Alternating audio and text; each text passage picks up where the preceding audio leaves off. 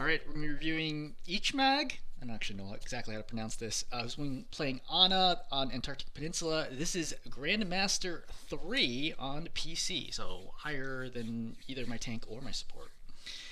Hey there, I've given some VOD reviews in the past. I'd just like to see what someone better than me at Ana thinks about my performance in this game. It was one game an 11-hour grind yesterday. To be fair, half of that time was spent queuing. Yeah, I know, support's is like ridiculous. I don't know why anybody plays support. The queue times are nuts. And this loss may show how I would play Ana on autopilot the best. I already know I played too passive, especially second round, coupled with me falling off high ground and dying last fight. If I'd been a bit more proactive, I probably would have won it. I also missed a lot of nades and threw some in willy-nilly, which doesn't really help. Having subpar mechanical skills also really doesn't benefit me in these fast lobbies. Okay, so I've actually watched through this game, I think, almost 3 times now, because it's pretty short. And I keep watching it through, trying to think through, like, hey, what do I want to talk about in this? And for starters, I'm not your rank at Ana, so I'm not going to pretend to be as good as you at Ana. I do think there's a lot of things that I can help you, like, point out that I don't think you're thinking about at all. I think you're focusing a little bit too much on mechanics, and there's a lot of space here for better decision making and to some extent better positioning. But I would actually say mostly it's about decision making, and I think also the fact that I play tank a lot will help you like in some of the specific like tank matchups, because the opposing tank actually gives you a lot of trouble, and you don't actually have good synergy with your tank. So I can kind of talk through that. So let's watch this. You come out here. Okay, this is fine. Alright, you can show up here. For the record, I didn't know this is a spot. This is actually a really sick spot. There's like a tremendous amount, like great line of sight from here. I had no idea this was a spot. So I don't know if you found that out or you saw somebody else who did it, but this is a really good spot if they don't have any like hit scans to punish you. So you're going to play up here. Now, this is going to start kind of an interesting sequence of things. So one of the things that happens with you is that you play very defensively, right? You play very, very like, passively, like way far in the back, sometimes an off angle, but really, really far in the back, very, very consistently. And this makes you safe. Like you're basically in no danger with like no hit scans, no snipers on the team. There's literally no chance that you could possibly die here. But we have to counterbalance that with, okay, let's think about if I'm playing here. Well, what's the advantage of playing here versus playing here? Well, if I'm playing here, I'm playing with my team. I can obviously heal people super easily. I can damage the enemy easily. I can switch between both because, relatively speaking, I can move between teammate, enemy very, very quickly. Versus, right, if I'm playing, well, actually, let me stay over here. So over here, again, I can hit sleeps easily. I can hit nades easily. Now, the drawbacks to being here is that they know where I am. They can apply pressure to me. I can get like spammed out of my position. I can't off angle, so I can't really go for the backline particularly well. Again, this is probably gonna be tank blocking my face like 50% of the time. So not so great from that perspective. I can also eventually get dove and walked over. But if you could feel for when you can get walked over, that will help tremendously at being able to rotate in time. Over here, what's the positives? Positives is there's no pressure on me, so I can very calmly take my shots, right? Whoever I want to attack, I can attack at pretty much any time. No one's applying any pressure. Very, very safe. Number one. Number two is I can also safely heal my teammates. Like, for example, if we're being dove, as long as it's not me, if my teammate's being dove, I can heal them as long as it's not like a Winston bubble. I can very calmly keep them all alive. I can throw good nades from here, but they take longer to travel, so it's harder for me to react to an opportunity. Like, for example, if Roadhog's playing a hook, or if your tank is playing Roadhog, you hook somebody, by the time your nade gets there, like, they'll have already escaped or be dead, right? Versus if you're here, you can nade right away and confirm a kill. So, lots of, I think sleeps here are nearly impossible.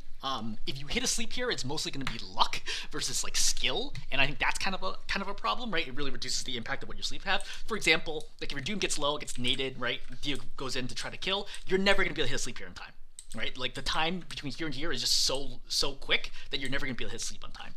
So I'm not saying this is a wrong position. I think this is a perfectly fine position, but I think you need to understand what are the trade-offs. Okay, I'm going to provide less, I would say, team impact, right?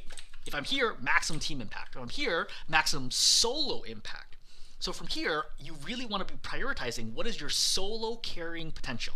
So if I'm playing the Doom here, and I know, hey, basically I'm like not going to get heals here because like this is my primary position, and you can't necessarily get LOS on me here, like through a lot of times. If I have to go all the way back here to get healed by you, we've probably lost this space anyway. So for the most part, you're not going to be healing your Doom at all. So if I'm the Doom in this situation, I'm like, fine, that's okay. I don't need your heals, right? I have a Kiriko with me. In that case, I want you to be applying maximum pressure to the opposing team. All right? What does maximum pressure here mean? Maximum pressure means shooting the squishies, not the tank, right? With a Moira and a Mercy, there's just no way that this D.Va is going to go down. Like, your team has no real ability to damage the D.Va other than Doomfist Punch and like Slam to a lesser extent. So the D.Va here is just never going to get demeched. So one of the things I want to talk about over the course of this video is you waste a ton of darts on tanks. And I know you're doing it because you're trying to keep APM up, but like it's not actually going to help you very much. So this is a good example of a nade, which is like fine, right? It's like in a reasonable spot, but you see how it actually doesn't hit anybody. Even if it hits the Moira here, she's not actually in danger. She could probably just stay out here and be totally fine and just like sit it out. It's a great example of like when you're this far away on an off angle, it's very hard to land your abilities because your abilities have travel time, right? They can move around. You're also less accurate from this far away. If you're here, I guarantee you land at least a 2-man nade on pretty much anybody you want, like unless D.Va eats it. So that's something to think about, is again, your impact of your abilities is less when you're out on the flank like this. That's number one. Number two, let's look at the fact that you're shooting the D.Va, right? 2 shots in the D.Va, 3 shots in the D.Va, now you start shooting the Mercy. So you've already lost, okay, let's actually track from 15.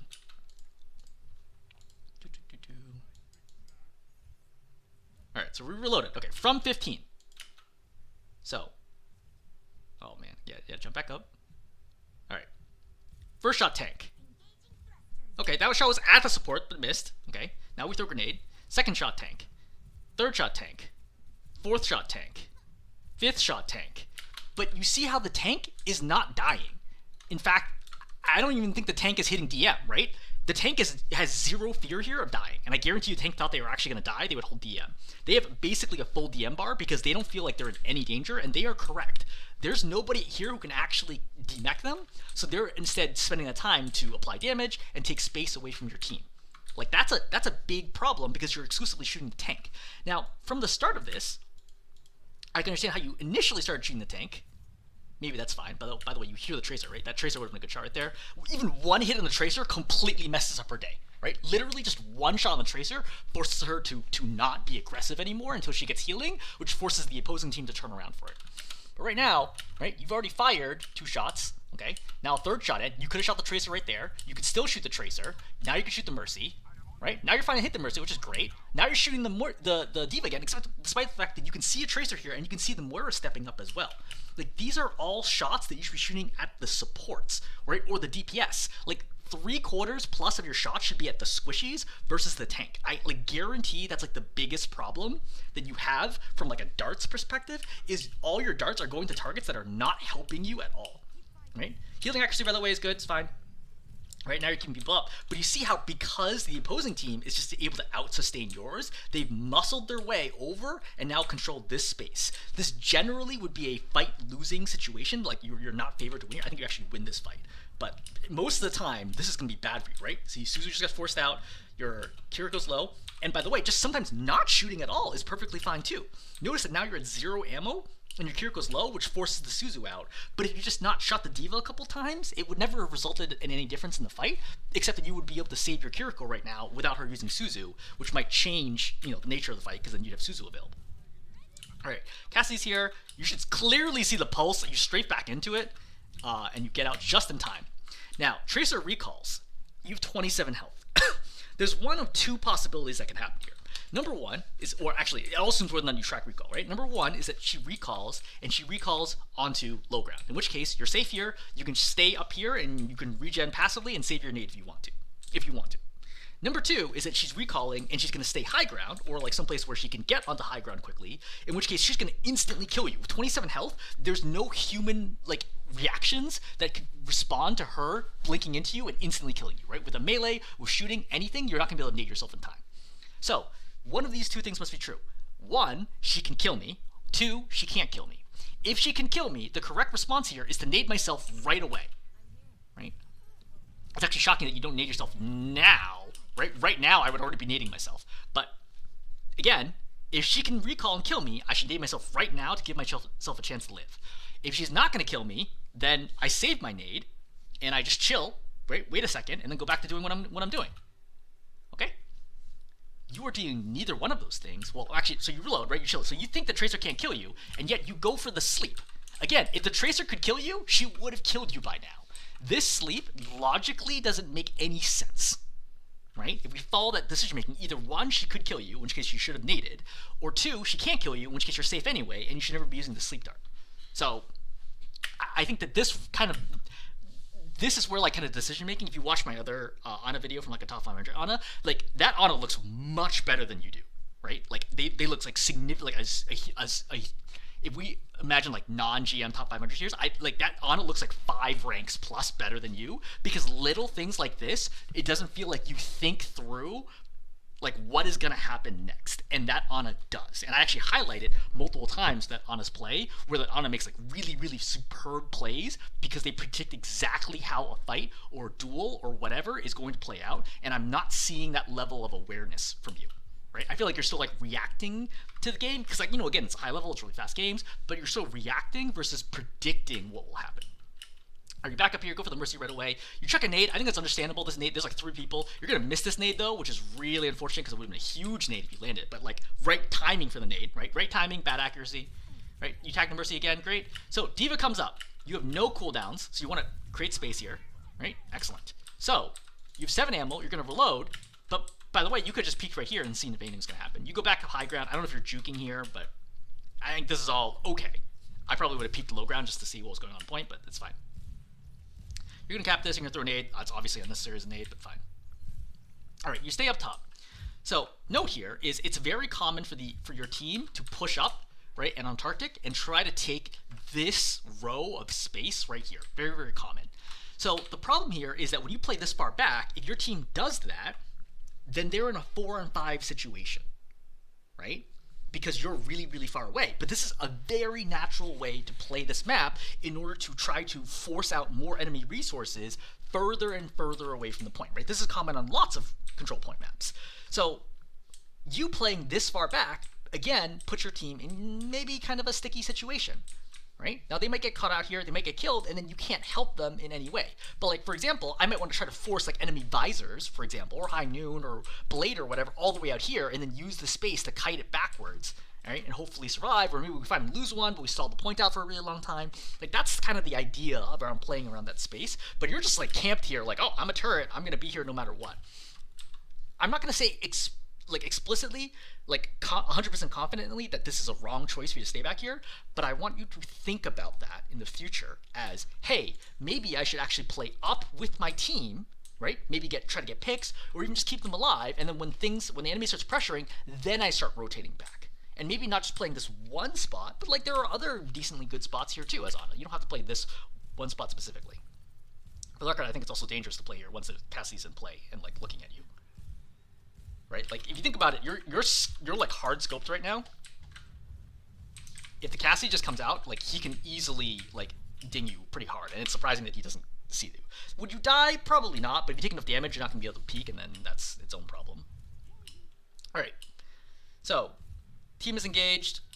Cassie gets another pick. Cassie was just popping off here. So, D.Va starts poking you. Right? She's just coming. What's the game plan here, right? This, in order to play at a higher level, you need to have this particular duel rehearsed a million times, right? Hundreds of times. How do I fight the D.Va duel? Well, first of all, is she just poking me, or is she committing on me? Committing is her landing next to me. Poking is just her like running up, like shooting at me, and then flying back to the fight. But you see, okay, she goes back. Okay, great. She's not hard committing. Great. I can go right back to what I'm doing. So let's table this for now. Why are we popping Nano right now? Right? Let's think about this for a second. You saw the Cassidy kill the Tracer earlier in the fight. This is already a 5-on-4 situation. Number 2, you look at this fight and you see that all of your teammates are healthy and they're all control the high ground. Number 3, you know the D.Va is low because you shot the D.Va. Why are you popping Nano right now? Right? Like, does it look like they're anywhere close to being able to challenge? Like, they're not even trying to challenge the point. They're not even trying to challenge the point even before you popped Nano. Like, this is a really bad Nano. And this goes back to, like, hey, let's not worry about your mechanics. Like, yeah, you missed that grenade. Fine, whatever, right? Like, it obviously would have been a big grenade difference. But, like, this Nano is not a GM Nano, right? You should have clearly known before you even swung this corner, because you can already see all your teammates through the wall. Right? You already can see the fact that they all have plenty of health, and you should know the Tracer has died. Right? At your level, there's no excuse for not realizing the Tracer has died when this fight began. There is no world where this is the right Nano. Like, you should have known right away, bad Nano. Okay.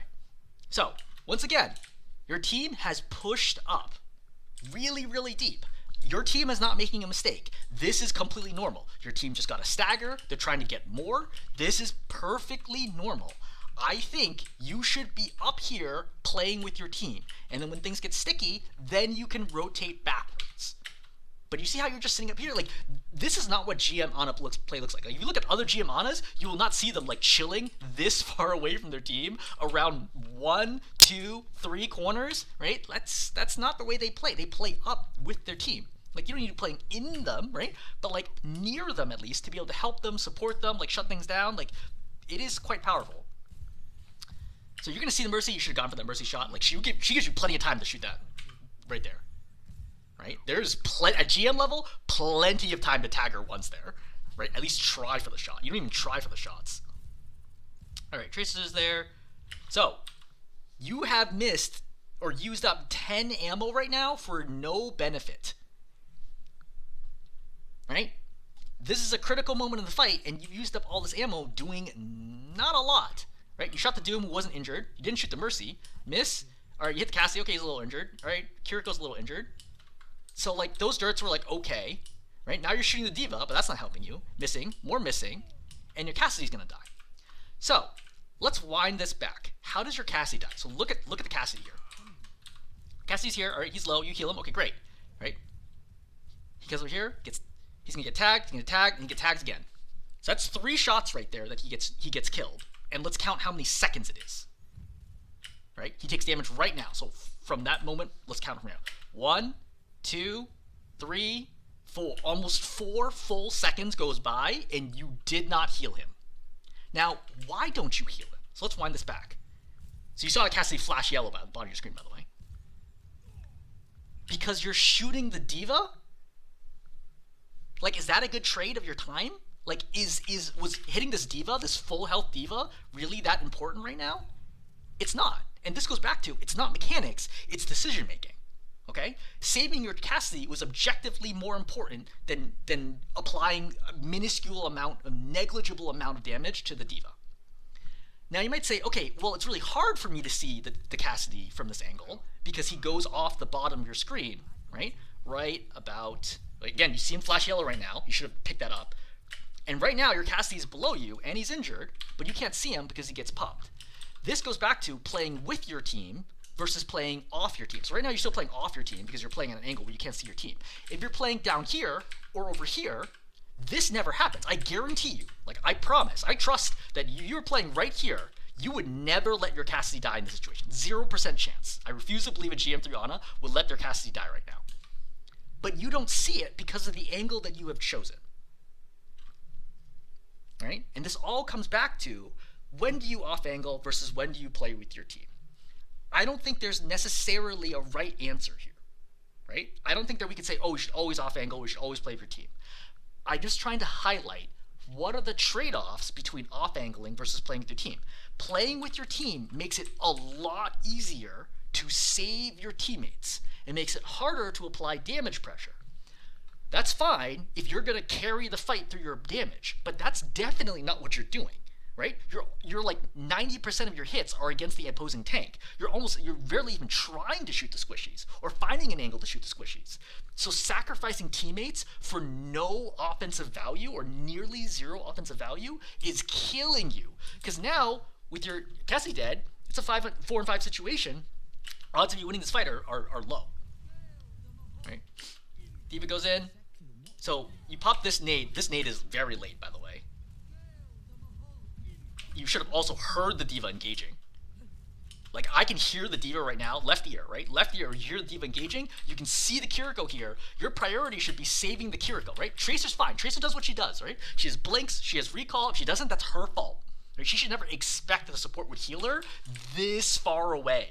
You know what I mean? Like, you can also tell, hopefully, that she's through a wall. Like, she's gonna get the Mega here, right? She's fine. Right? If Tracer is here and she's low, yeah, that's a priority heal.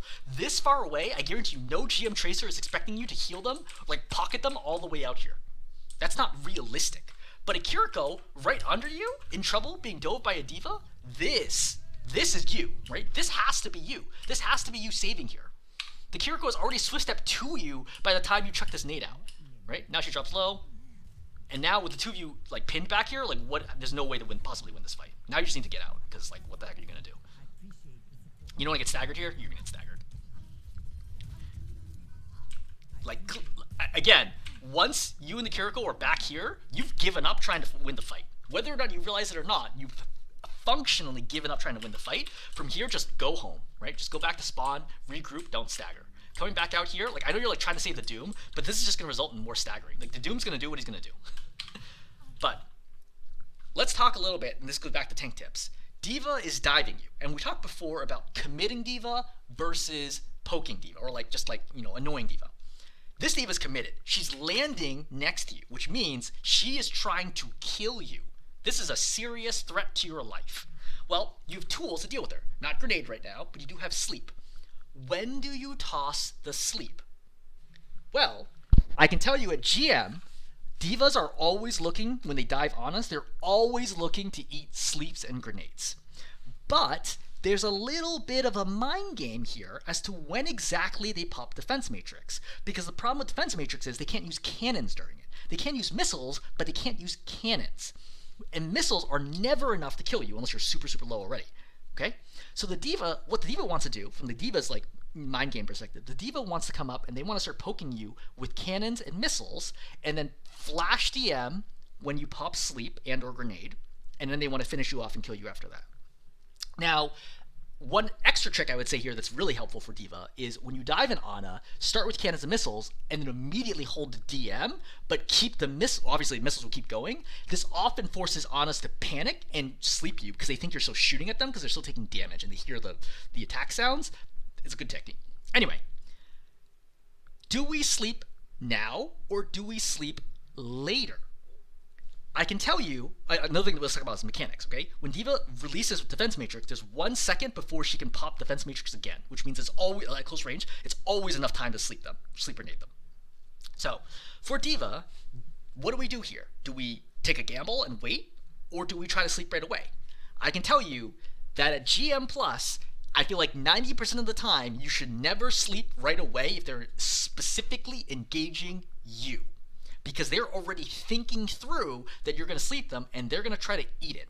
And most of the time, Anas do it within the first second or two of the dive. So what you should do here is you need to create space here so that you don't get blown up by the missiles, okay? And create space from the cannons, and try to get back. And then wait for her to flash DM, then wait DM out, and then sleep her. Same thing for nades. Now, if you have both of them available, and you're like, look, she might just straight up kill me if she doesn't, because like that's like a real fear here, right? If you're like, look, I'm going to die, then pop no matter what. Because at that point, like when you're down 50 health or 70 health, use it no matter what. Because like, you know what, like you're going to die literally to the weapons anyway. So at that point, you have no choice. But until you are at the point where you have no choice, try to wait out the DM. The good news is if you have grenade and sleep, you can throw grenade first, right? And if she eats that, then wait out the DM and then sleep her. And that will guarantee that you will survive. You need to be able to consistently survive against D.Va, right? I would say that a D.Va diving at Ana who has grenade and sleep should not kill her more than like 10% of the time. You are heavily favored here if you know how to fight the 1v1. I do not think it is the right call to sleep right away. And you see how she eats it, and now you are dead.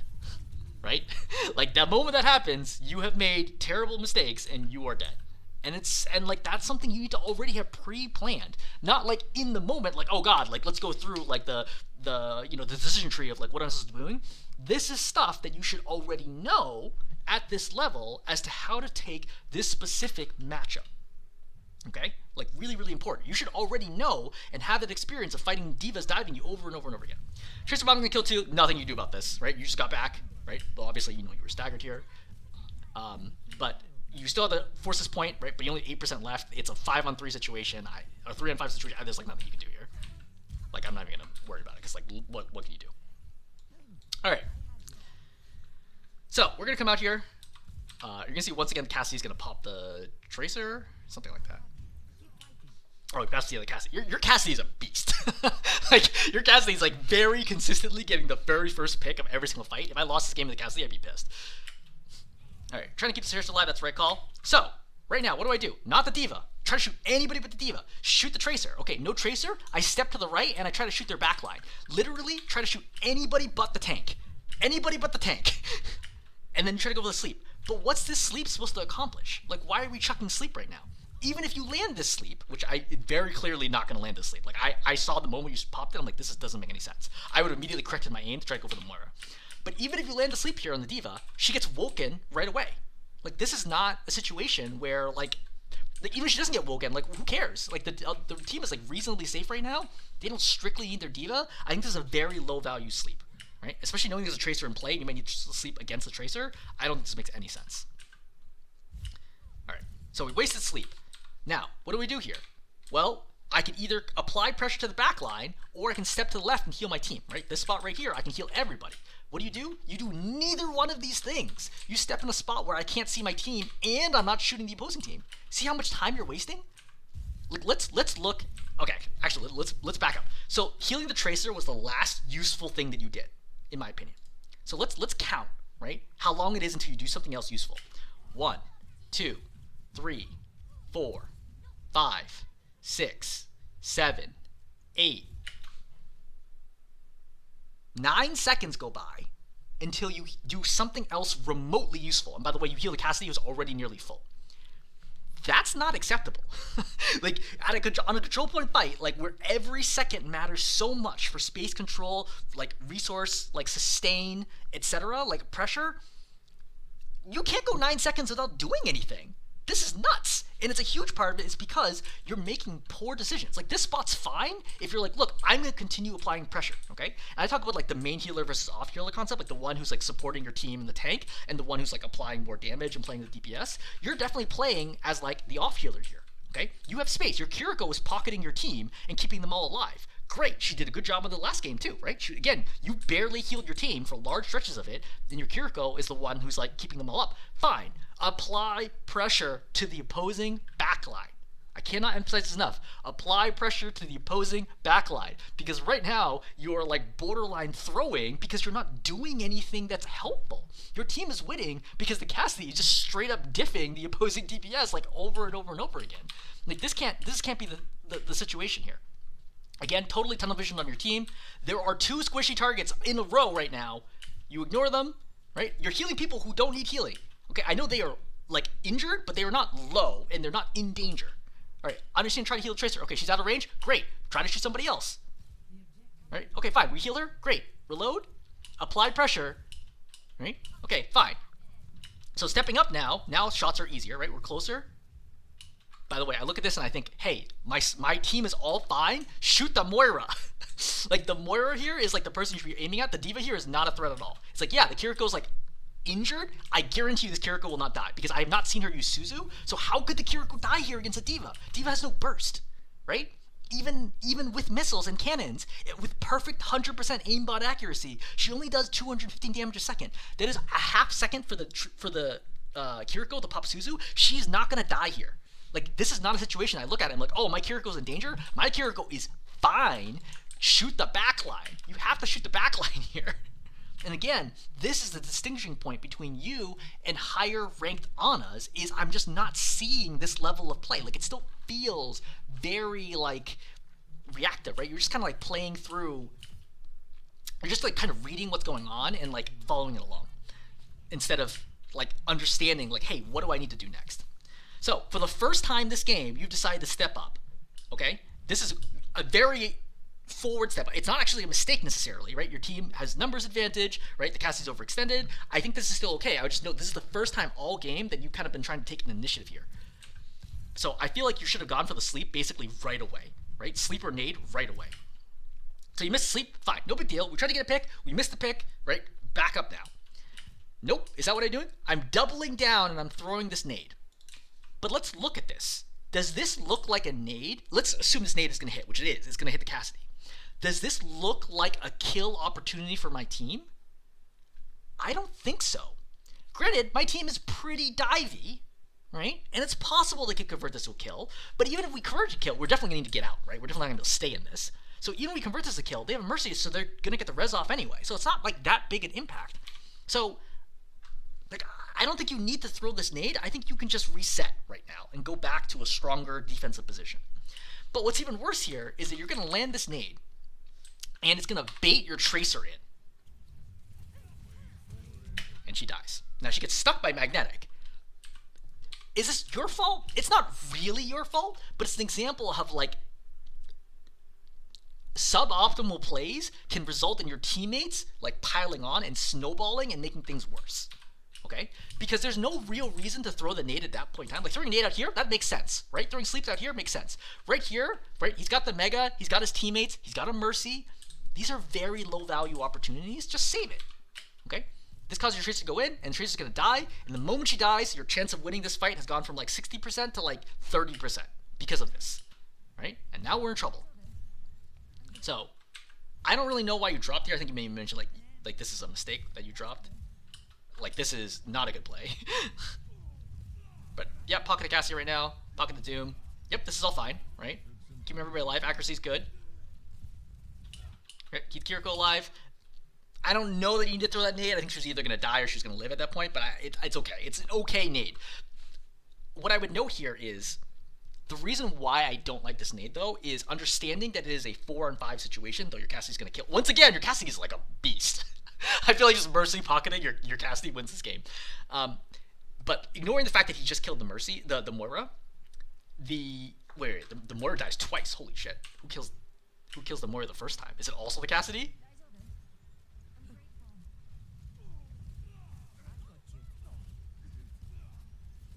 Oh my god, he kills her twice? Or is that the res? Oh no, that is the res. Okay, that is the res. I was like, wait, did he actually kill the Moira twice? Okay, so ignoring the fact that the Moira died here, right? I think this is a 4-on-5 situation. I need to make a play. If we all play standard, default, don't try to take any risks, we are going to lose, more than likely. So instead, I should be looking for, hey, how can I flip this fight? And flipping a fight is hitting a big sleep, getting a pick myself, or hitting a big nade. The moment you chuck the nade, though, you've given up one of the possible tools of turning this fight around. Now, again, I'm not saying this is strictly wrong, especially if you realize the Moira was dead and just got revived. Well, if you got revived, then it's still 4-on-5. But, like, it's something to think about. Since if I could, for example, chuck a deep nade here, and then my Doom can follow up, and maybe something happens. But without nade, there's, like, no way to do anything. Like, think about it from the Doom's perspective. Okay? What the heck is the Doom gonna do right now to stop them from doing anything? You know? Like, he's at half health, but even with full health, like, there's a ton of healing gear. The Mercy's super evasive. The Diva can matrix his cannons. The Cassidy can prevent him from moving. The Tracer can follow him. He can't do anything right now. But if you nade the team, we're in a totally different situation, right? Now, yeah, maybe I can do something as the Doom. But okay. So you guys have given up the point, which was not so good, right? This really should have been everybody die in point situation. Alright, so let's talk about Nano again. And before we talk about Nano, let's talk about Doom. So how does Doom work? Doom has 3 abilities. And I know this seems ridiculous to explain to a GM player, but like I feel like you're not thinking through this, so I'm going to explain this, right? Doom has 3 abilities. 2 of them are offensive, 1 of them is defensive. He has Punch, he has Slam, and he has Block. The general gameplay loop for Doomfist is he uses one of the abilities to aggress, right? Slam or Punch, depending on the exact positioning. Then he uses one of those abilities to get out. Alternatively, he could use one ability to go in and then block, right? Or sorry, you could use one ability to get in, one ability to aggress, like for example, Punch to go in and then slams, or Slam to go in and then he punches, right? He can use both abilities offensively, and then he can use Block, right? If there's no CC, he can use Block and just stay there, right, until he gets healed up, and then use the abilities again. That's super effective. If you don't have any CC or disables for Doomfist, it can make him like an incredible threat. Now, let's imagine instead that the Doomfist has Nano. If he knows he's being nanoed, how does he change his play differently? Well, in that case, I don't want to use one for mobility, right? Or use one ability to get out because I'm nanoed. I'm probably not going to die. So I want to use both abilities offensively to maximize the amount of damage that I can do. Let's look at what the Doom just did. He uses one ability to go in, but not to do any damage. just to get halfway into the fight. So you've already robbed him, right, of half of his cooldown, his offensive output, because he can't actually use punch anymore. I don't think this Doom, I mean, I don't know if you're communicating with him or not, but like my read here is, especially because he lands right here and he's like, wait, what? I don't think he knew that he was going to get nanoed right now, and I don't think he wanted nano right now. Like, you can tell from the moment he goes in, he's not trying to slam or anything. He's like, wait, huh? And now he's just cannoning and does a pretty good job, honestly. He nearly kills the Mercy there, right? And now he starts slamming, right? And now he's looking for a punch, and this nano does nothing. And it's not really the Doom's fault, right? This is like when Winston stages, okay? I talk about this all the time. Like, lots of dive heroes stage, where they need to do one jump to get in. Like, let's say, as Winston, I jump over here, I chill, and I use this spot to jump into the enemy team. It's like, if you nanoed me as Winston when I jump over here, I'm like, what the heck am I supposed to do with this? I wasn't ready for this. This isn't the right timing. I want you to nano me when I'm, like, landing in the opposing team. That's the right timing. And so by you nanoing this Doom after he pops one of his cooldowns this far away is no good. As a general rule, you only want to be popping nano on close range targets like tanks when they are very, very close to the enemy. When they're far away, their effective damage drops dramatically, and this Doom does nothing with this nano, so you end up wasting it. Again, not mechanics based, all decision making. And at GM, especially GM3, right, you're like off the floor of GM, so you're not playing with like high Masters players. You should 100% have known that the moment he went in, this is not a nano. Like, there's no way that this is the right call for nano right now. I would also note, from playing this game, right, and watching this game, your Cassidy is a freaking beast. I would strongly think about giving nano to my Cassidy, considering how frequently he's been getting picks. Now, granted, the D.Va could shut him down, but if you're playing an off angle, for example, if Cassidy's playing high left, if you play here, and the D.Va's like, oh, I'm gonna, like, DM him, you can just sleep the D.Va from the side, and then your Cassidy is free to kill everyone. Just something to think about. But regardless, this is a bad nano timing, and this nano does not get you any value. Not any value, it gets you little value. Right? It's not even like the Mercy that got low got killed, right? Tracer gets a kill on Cassidy. So, why are you walking this far away from the fight to reload? Like, this is nuts. Play this corner. Like, no one's even looking at you, no one's threatening. Like, I would even be walking up here to the Cassidy, right? So I can see everything. This, like, rotation, think about how long it takes you to get back in. Right? You gotta play up here. You gotta know, hey, look, I'm not in any danger. Alright, Tracer kills 2. There's nothing you can do about that as Ana.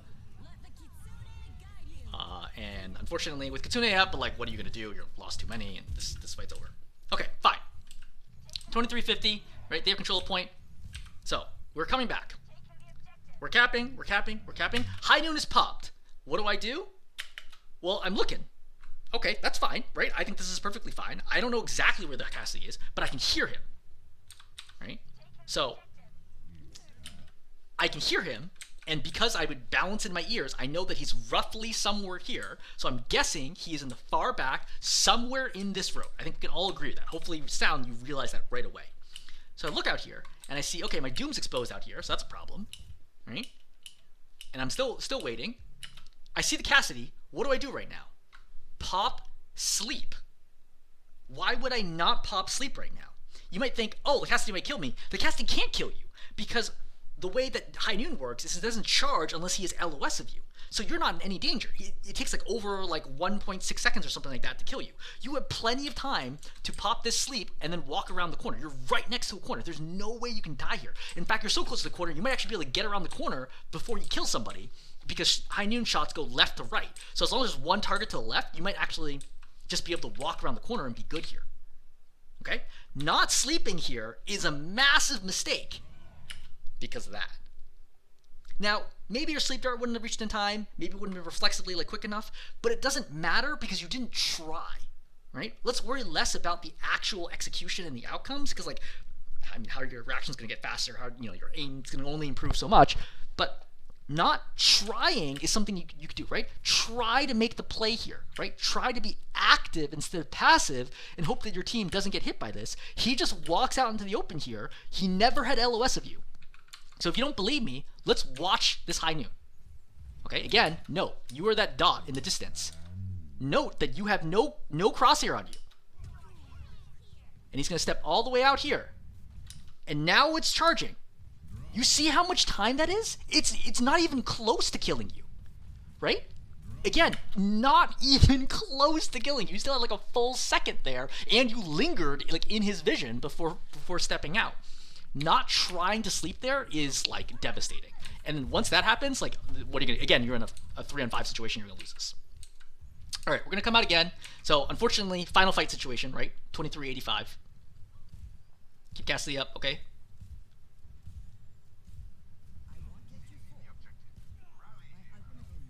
All right, we're coming out here. Yep, keep alive. Okay, great. So 5-on-4, we're in good shape.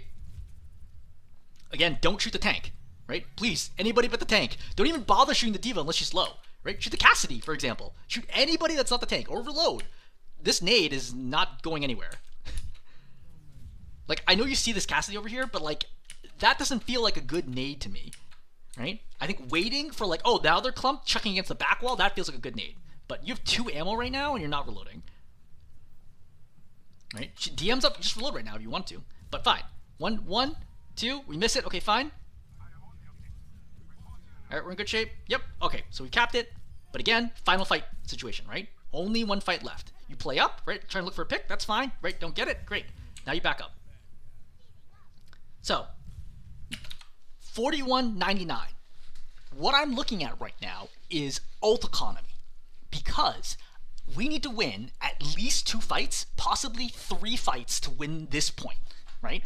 And, let's just stop there, right? So I need to win somewhere between 2 and 3 fights. Most likely, right, I want the safest route between here and victory, which means I want to be able to pop ults, like a team ult, every single fight between here and victory. I don't want to pop all of our ults in this fight and have no ults for the next fight, for example. I should recognize right now is that I have ulti and Doom has ulti, and I have 2 more ultis coming up. In particular, Kitsune is an extremely powerful ulti. So, without knowing the enemy ult situation, which I would not expect you to know necessarily, I'm thinking I'm almost guaranteed to pop Nano in this fight. There's like virtually no reason, because ideally I pop Nano in this fight, maybe Doom needs to pop ulti, we win the fight. Next fight, we have Kitsune and High Noon, maybe Pulse, right? But Kitsune, High Noon, next fight. The third fight, I'll have Nano again, because Ana's Nano is one of the fastest charging ultimates in the game. I'll probably have Nano like 2 fights from now, right? That will give us ultis every single fight.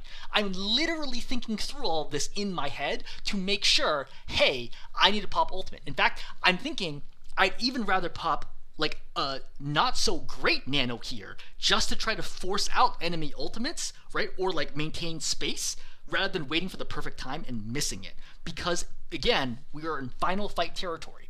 The way that I play and the risks that I take change based upon what the percentage is. Right? If it's like 25-0, I can take some risks here, right? I can hold on to a Nano that I'm like, do we really need Nano in this fight? I'm going to hold it and see if we need it or not. But in this situation, no, I got to pop Nano, right? Like, I have to pop Nano here. So, let's look at this. Do I pop Nano there? I don't. Very clearly, Cassie's not going to die. Correct call. So, your team's getting pushed back. You should recognize, look, if Tracer's getting back, Cassie's getting back, we got to get back here. So, I'm playing, like, maybe right here. Okay? Like, and then if I need to, I can drop down here and play it. Like, it's not a great spot, but again, I don't have a lot of like options here based on my team's positioning. But like, I can safely rotate through here, back here, and play this side too. All right, Cassie's low again. All right, try to keep him alive. That's fine. So Cassidy's on your left. This is a big problem, right? Cassidy can 2-shot you right now after you take that shot. I'm not blaming you for getting hit. Like, obviously, you know, it is what it is. But also note is like, this is why I said you should like rotate back for sooner. You must drop right now. Why? There's nowhere you can go here that will prevent him from just walking up here and killing you in time. Like, you cannot get away here other than trying to round this corner, which is obviously suicide. You can't walk anywhere here to get away. Your only option is to drop right now. You drop, you pick up the mini, right? You support your team from this angle. If they dive you, so be it. Nano a teammate, pray. You know, use the technique we talked about for the Diva 1v1 to try to stay alive. But trying to stay up here is suicide. Right? You're clearly going to die right now. And what's even worse, you don't even Nano. Right? This is the last fight of the game if you lose it. Right? You should have known that the whole time. So forget like the decision to not drop here, but once you're like, oh god, I'm gonna die, you need to be nanoing. Like, forget the sleep. The sleep is not going to save you. Because even if you sleep with Diva, the reason why the Diva is not matrixing right now is because the Diva knows you're going to die even if she gets slept. That is why she is not matrixing right now. Because the Cassie's right behind her and the Tracer's right behind her. You're guaranteed dead. I don't care if you're the best on the player in the world. You are 100% dead here. There is no saving you at this point in time. Unless the character like soothes you briefly and like keeps you alive a couple seconds longer. Okay? This is 100% death. Nano, anybody. The Doom, the Tracer, even like your Kiriko if you have to, right? So she farms Kitsune. Anybody right now, you have to nano. I cannot emphasize this enough. But the biggest mistake here, besides not nanoing, is the fact that you didn't drop right away. Like, this is not the read here. Like, you take this shot, this is an immediate, hey, nade, drop. Okay? And you could try to take a risk here if you don't want to use the nade. I can understand not nading here. Because he could theoretically kill you with a headshot, but turned facing away from him, dropping down like this, mouse down, unlikely he hits that headshot. Okay? Unlikely he hits that headshot. And he doesn't have time for 2 shots. But, like, trying to retreat on the platform, this is a throw. Okay. So, let's re-summarize here. First of all, I want to emphasize, I really don't think your mechanics are the problem right now. At least, I don't think it's holding you back from, like, the next, like, GM2 or maybe even GM1. Right? Your accuracy grenades are like not so bad where I'm like, wow, this feels like egregiously bad. Like, how could you be in these games? They're fine, right? They're not pulling you up, but they're fine. Your bigger issue is a general pattern of suboptimal decision making all over the place, right? In particular, shooting tanks, taking off angles, and not dealing enough damage, okay? Not saving teammates, not really throwing great juicy nades, okay? Not fighting 1v1s well, and not nanoing well. And there's probably a few more in there that I forgot about. That is like the biggest takeaway here. Again, don't hold yourself back and say, oh, it's my mechanics that are preventing me climbing. It's not. It really is your decision making. Okay? And hopefully I've done a good job proving my case. All right, I'm going to stop there. Hopefully this is helpful.